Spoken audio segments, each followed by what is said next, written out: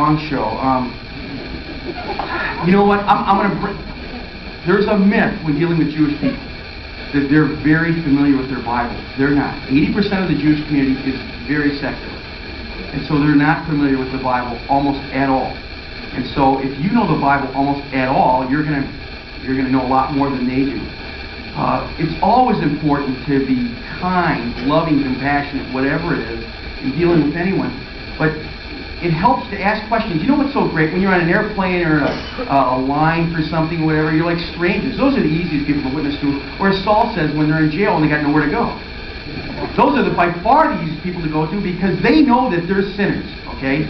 The vast majority of this planet does not know they're sinners. Because of all the gurus on Channel 2 and all the other hyper-happy people tell you, hey, you're not a bad person. You're pretty darn good. You know, if you're not a pedophile, if your picture's not in the post office, you're not that bad of a person. Well, the Bible says something totally different. The Bible says you are as guilty as sin can possibly imagine. So you have to remember the mindset and the battle that we're in. First of all, you're in the army of the Lord. People have a totally crazy mindset because they're told all the time how to become healthy, wealthy, happy, and, you know, think of yourself in a much better terms. It's important with Jewish people to remind them that God does love them and that they have the greatest history in the history of mankind. It's always great to make friends with anybody that you're witnessing to. And Jewish people are taught not to trust you. As Ken said, you know, they were taught you're either Jewish or you're Catholic or you're Christian.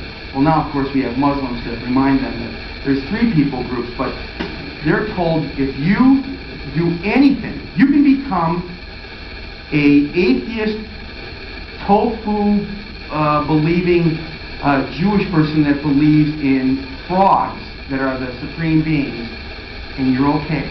But if you say that you believe in Jesus, that man, you got a big problem.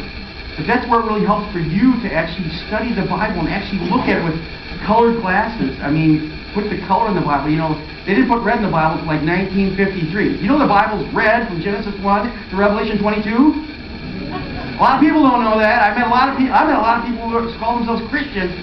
Well, you know, I believe what the red part say. Really? Let's go to the red part.